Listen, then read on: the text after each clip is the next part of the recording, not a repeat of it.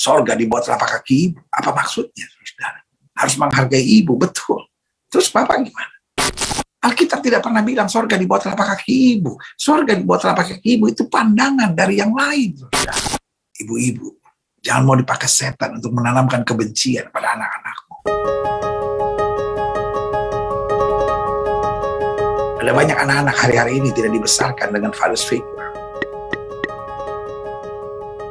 Kita sibuk dengan ajaran sorga di bawah telapak kaki ibu. Apa maksudnya, saudara? Harus menghargai ibu, betul. Terus Bapak gimana?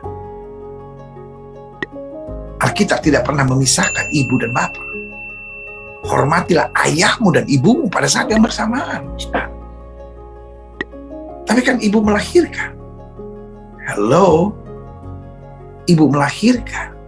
Bukan jasanya pada anak-anaknya. Boleh nggak? Jangan ini diungkit-ungkit terus. Mama melahirkan kamu. Anak itu nggak pernah minta dilahirkan. Sorry dalam nama Yesus. I have to tell you the truth. Stop ungkit-ungkit jasa ibu. Jangan cuma menyanyi kasih ibu kepada beta tak terhingga sepanjang masa, hanya memberi tak harap kembali. Harusnya begitu. Jangan sebentar-bentar, mama udah mengandung kamu 9 bulan. Itu bukan jasamu buat anak-anakmu. Anak-anak tidak pernah minta dilahirkan, Bu. Mengandung anak, ingat waktu ibu gak punya anak, ibu stres. Ibu doa terus. Coba ibu nikah setahun, 2 tahun gak punya anak. Wah, datang pendeta, tolong panggil tangan dong pendeta. Saya belum punya anak supaya ada isi. Ya kan, itu kasih dalam Tuhan. Jadi hamil, saudara, itu bukan beban. Hamil, saudara, itu kebanggaan. Engkau yang kepengen supaya hamil. Kok kemudian jadi jasamu? Gimana sih hitungannya? I know, mengandung itu tidak gampang. Tapi engkau memilih untuk mengandung.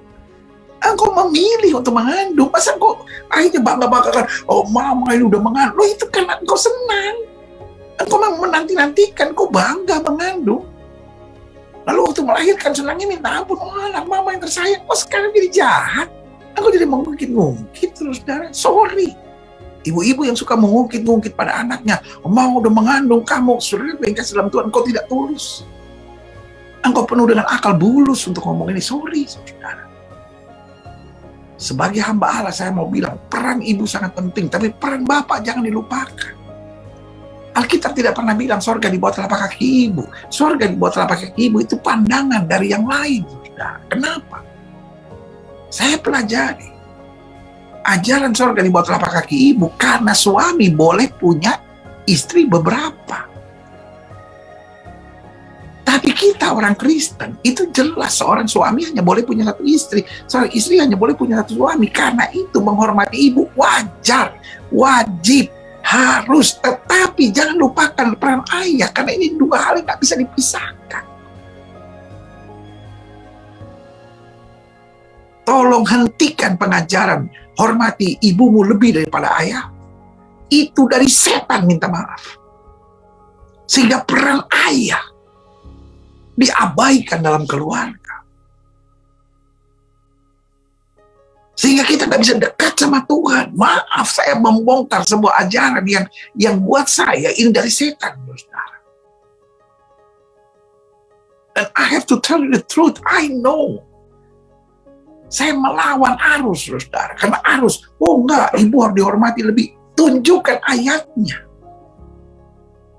Jangan pakai diksi-diksi yang bukan berasal dari iman Kristen, saudara. Karena Alkitab selalu ajarkan hormati ayahmu dan ibumu. Tunduk kepada orang tuamu. Taatilah orang tuamu. Jadi ini tidak pernah bisa dipisahkan. Karena iman Kristen itu tidak ada perbedaan. Keduanya adalah satu dalam nama Yesus. Jadi iblis pakai pengajaran-pengajaran dunia yang norak kampungan itu. Karena pada dasarnya seorang suami boleh punya beberapa istri. Jadi anak harus pegang siapa? Pegang ayahnya. Loh, ayahnya milik rame-rame. Miras, saudara.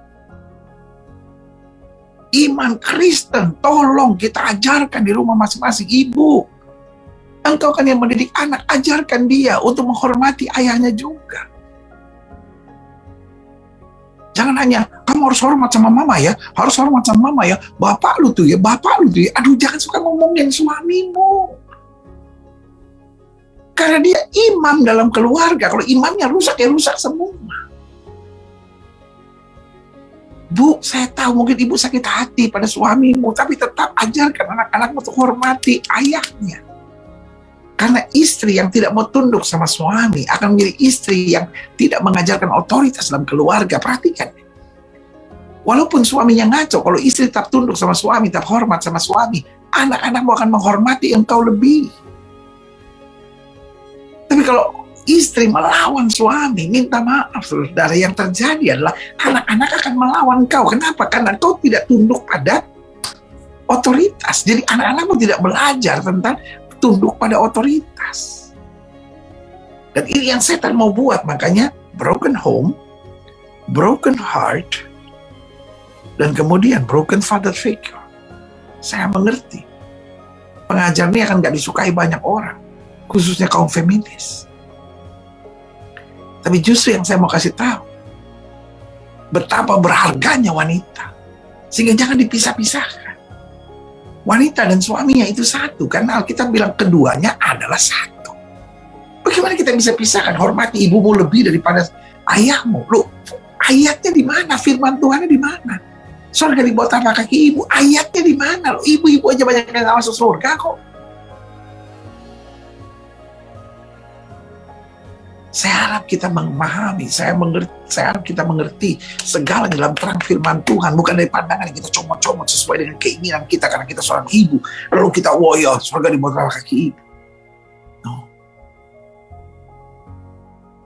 Surga itu hanya kita dapat dalam Yesus, gak ada hubungan dengan kaki.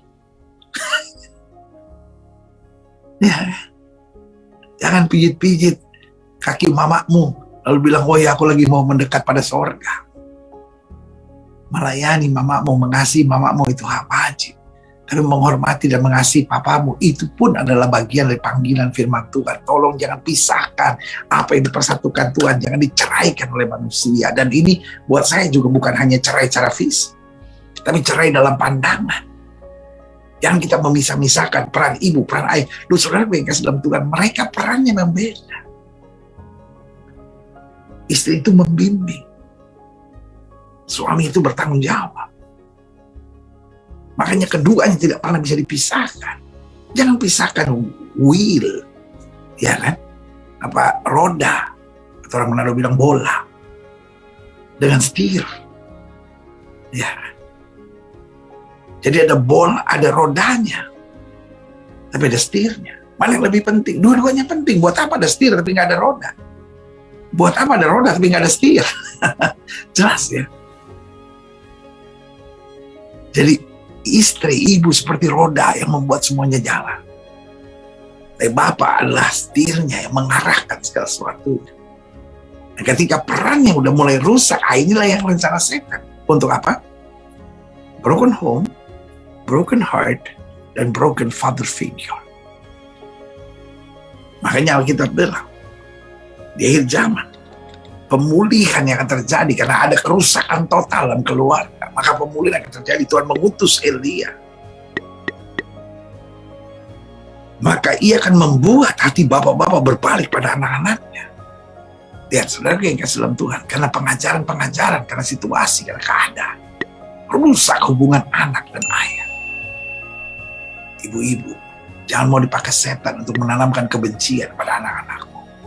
Betul mungkin suamimu mengecewakan, menyakitkan kau. Tapi sekali engkau memaki-maki suamimu di depan anak-anakmu, engkau merusak segala sesuatu. Masalah suamimu gak benar itu urusan dia sama Tuhan. Tapi sebagai istri kau harus hormati suamimu, harus mendoakan suamimu, dan harus mengajarkan anak-anakmu tentang hormat dan mengasihi. Karena itu membuat mereka melihat kasih Tuhan.